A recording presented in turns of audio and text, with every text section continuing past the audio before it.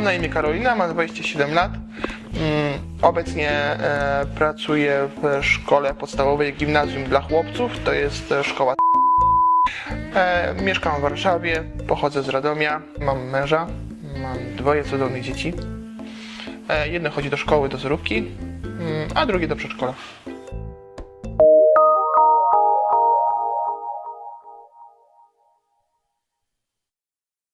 Co do szkoły, to do podstawówki było super, dopóki nie poszłam do gimnazjum.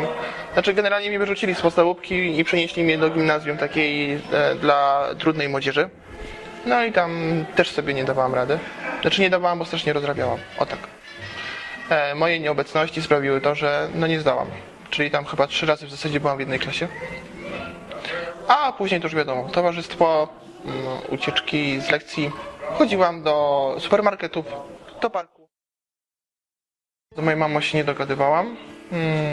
Mieliśmy zupełnie inne zdania na moje życie.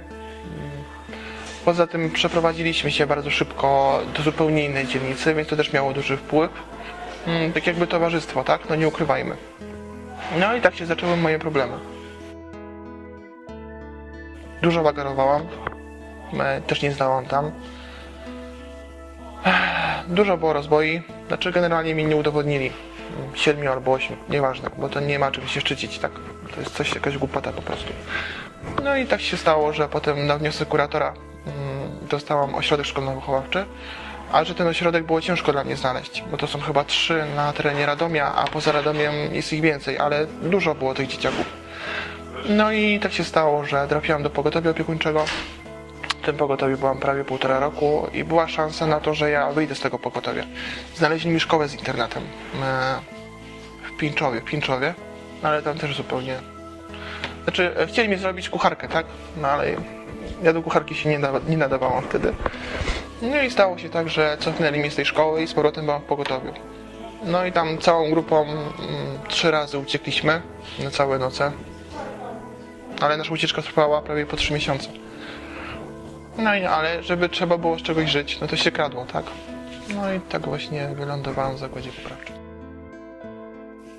Na schronisku było ciężko.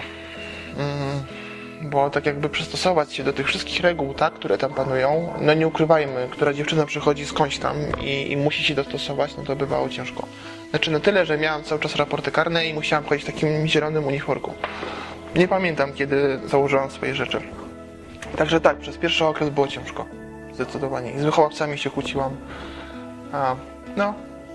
A teraz się przyjaźnimy.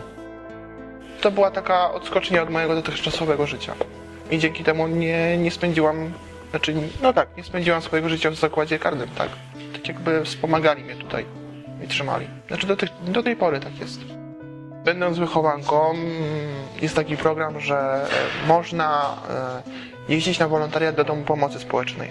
No i ja się podjęłam, zawsze byłam za dziećmi, a tam są dzieciaki niepełnosprawne, więc tak jakby więcej potrzebują naszej miłości i czułości. Znaczy to tak w 2 strony szło, tak? Bo ja mogłam komuś pomóc, a one mi dawały uśmiech za to. No i tak właśnie poznałam mojego męża. Byliśmy ze sobą rok i podjęliśmy decyzję, że trzeba chyba się związać. No i tak właśnie wyszło, że w maju 2007 wyszłam za mąż, a w czerwcu 2007 opuszczałam zakład poprawczy. Więc byłam jedyną wychowanką, która będąc wychowanką wyszła za mąż. No i przy czym mąż też mnie zmobilizował, żebym poszła do szkoły. No i pomalutku, małymi kroczkami skończyłam liceum. Pisałam maturę z brzuchem, bo w ciąży byłam. Córkę rodziłam w czerwcu, a ja w maju pisałam maturę. Więc jeszcze miałam ogórki na stole, na tyle pozwolili mi, żebym jeszcze mogła sobie przegryzać. No tak, i wcale nie żałuję tej decyzji. Także już jednego bączka miałam w domu i mimo tego chodziłam do szkoły. Mój mąż na tyle mi pomagał, że wspierał mnie tutaj. I siedział z małym, kiedy ja mogłam pójść do szkoły. Bywało ciężko i nawet powiem szczerze, że nawet miałem chęć rzucić tą szkołę. No ale niestety, dobrze, że nie rzuciłam, no tak. Mąż mnie tutaj wspierał, mobilizował, także dzięki niemu ukończyłam. I poszłam dalej.